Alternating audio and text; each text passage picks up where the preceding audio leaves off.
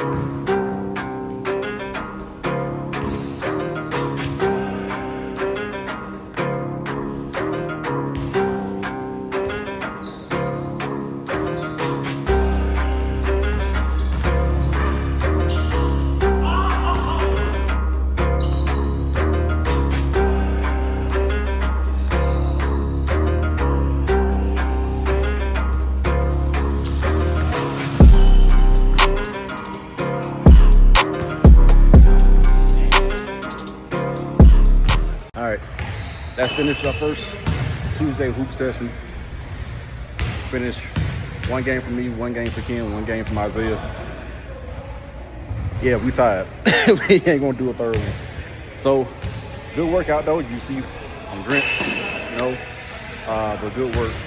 So, we better go rest up, rest these old ass bones of mine, and then we'll see y'all next week for week 2.